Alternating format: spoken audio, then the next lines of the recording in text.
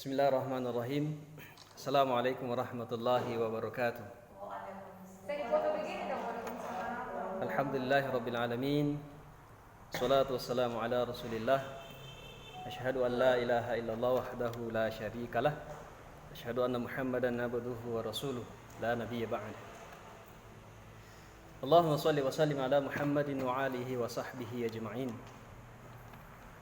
Qala Allah ta'ala fil Qur'anil Karim wa huwa asdaqul qa'ilin. A'udzu billahi minasy syaithanir rajim. Bismillahirrahmanirrahim. Laqad kana lakum fi Rasulillahi uswatun hasanah. Ila akhiril ayah. Shadaqallahul azim wa ballagha rasuluhul karim wa nahnu la dzalika minasy syahidin wasyakirin. Alhamdulillah, sahabat-sahabat penyuluh, bapak-bapak, ibu-ibu yang dimuliakan Allah Subhanahu wa taala. Hari ini patut kita bersyukur kepada Allah karena kita masih diberikan kesehatan, kesempatan, dan begitu banyak nikmat-nikmat yang tidak bisa kita sebut satu persatu. Maka dari itu, sebagai hamba Allah, hanya kesyukuran yang pantas kita haturkan kepadanya. Salawat dan salam atas junjungan Nabi Muhammad sallallahu alaihi wasallam. Saya ingin menyampaikan bahwa ketika Rasulullah sallallahu alaihi wasallam wafat, hampir tak ada lagi yang bisa kita sanjung. Tak ada lagi yang bisa kita jadikan sebagai toladan. Karena menjadi sosok figur itu susah. Karena tidak hanya harus memiliki ilmu, tetapi minimal ada 4 hal yang perlu kita ketahui. Utamanya kita beribadah kepada Allah Subhanahu wa taala. Iman tidak cukup. Kalau iman, kita beribadah hanya iman saja, itu pincang. Iman harus ada ilmu. Ilmu dan iman juga tidak cukup. Harus ada amal.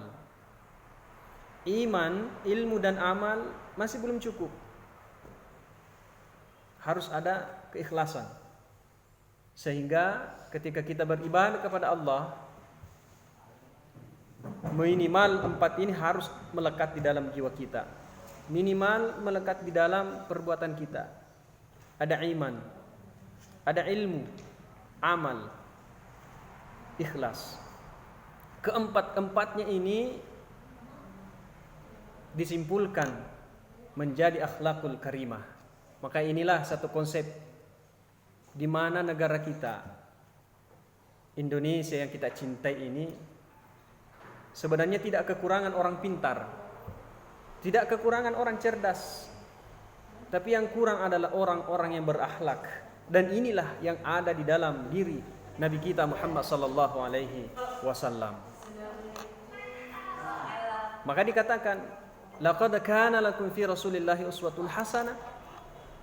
Di dalam diri Rasulullah Muhammad SAW itu terdapat suri teladan yang menjadi acuan, yang menjadi panutan, dan ini harus kita ikuti.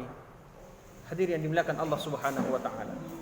Dan lebih daripada itu, apa yang ingin saya sampaikan pada kesempatan berbahagia ini adalah, marilah kita senantiasa menjaga diri kita, menjaga lisan kita, menjaga perbuatan kita, sebagaimana apa yang disampaikan oleh Ustaz Agus Salim tentang bagaimana di dalam kita melakukan kebiasaan new normal. Ini saya ingin sampaikan bahwa saudara-saudara kita yang ada di Utara, Masamba saat ini, mereka berduka. Mereka ditimpa musibah, diberi cobaan. Itu karena apa? Ini adalah hikmah terbesar untuk kita yang masih diberikan kesehatan, berikan nikmat, keamanan. Apa yang terjadi suatu ketika seorang hamba, seorang kaum di zaman Nabi Musa alaihissalatu wassalam. Nabi Musa alaihissalatu wassalam pernah suatu ketika meminta hujan. Karena kenapa Allah tidak menurunkan hujan selama puluhan tahun? Maka dari situ Nabi Musa bersama dengan kaumnya memohon doa kepada Allah, melakukan salat istisqa, minta hujan. Karena Nabi Musa alaihissalatu wassalam ini dikenal dengan Khalilullah, manusia, hamba yang mampu berdialog dengan Allah subhanahu wa ta'ala. Maka beliau sampaikan, ya Allah, ketika setelah melakukan salat istisqa, minta hujan, hujan pun tak kunjung turun. Tidak turun hujan. Maka Nabi Musa berdialog kepada Allah, ya Allah, kenapa tidak turun hujan?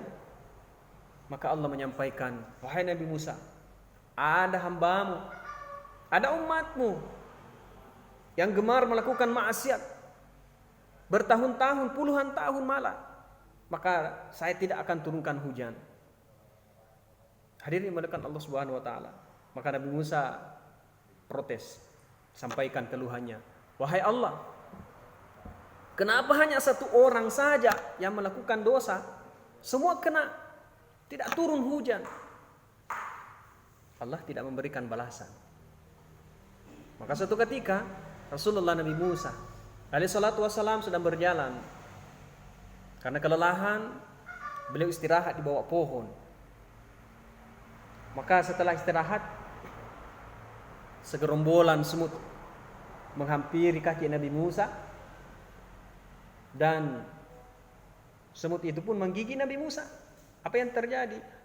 Sahabat-sahabat yang saya muliakan, yang terjadi adalah semut itu malah dipukul. Semua disapu rata, hancur, mati semua. Maka dari situ ada suara dari langit. Nabi Musa, kenapa engkau menghukumi semut itu? Kata Nabi Musa, ya Allah, semut ini menggigit saya. Maka suara pun itu keluar. Apakah semut itu semua menggigit kamu? Tidak. Tapi saya tidak bisa tahan. Maka disitulah Nabi Musa teringat dan sadar, inilah jawaban Allah. Satu orang yang melaksanakan maksiat, semua kena, tanpa terkecuali. Begitu juga semut itu tadi. Maka apa hikmah dibalik semua ini adalah, marilah kita senantiasa saling mengingatkan, karena kita tahu bersama. Di awal tadi saya sampaikan bahwa kita tidak kekurangan orang cerdas, tidak kekurangan orang pintar, tapi yang kurang itu adalah orang yang berakhlak. Karena sesungguhnya memang Nabi diutus oleh Allah Subhanahu wa taala, innama bu'itsu liutammima makarimal akhlak, untuk menyempurnakan akhlak.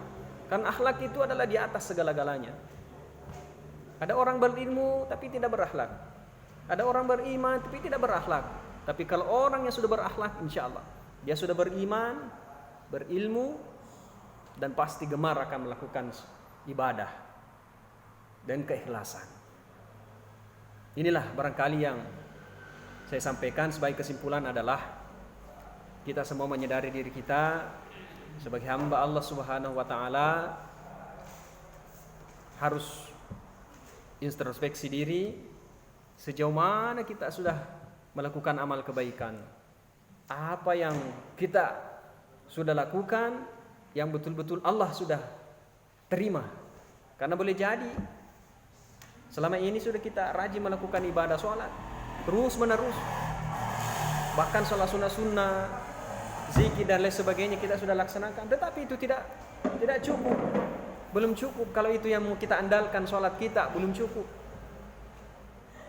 zakat kita, ibadah kita yang lain itu belum cukup. Intinya adalah jangan kita merasa bangga dengan apa yang telah kita perbuat. Marilah saja terus kita melakukan kebaikan. Fastabiqul khairat. Kita berlomba-lomba dalam kebaikan. Kebaikan itu bukan hanya sholat, bukan hanya mengaji, bukan hanya zikir. Tidak. Banyak orang yang mengaji tetapi lalai dengan silaturahim. Seumpama ada orang rajin sholat, rajin berzikir, tetapi gemar menceritakan aib orang lain. dan lain sebagainya. Tidak usah disebutkan, banyak sekali.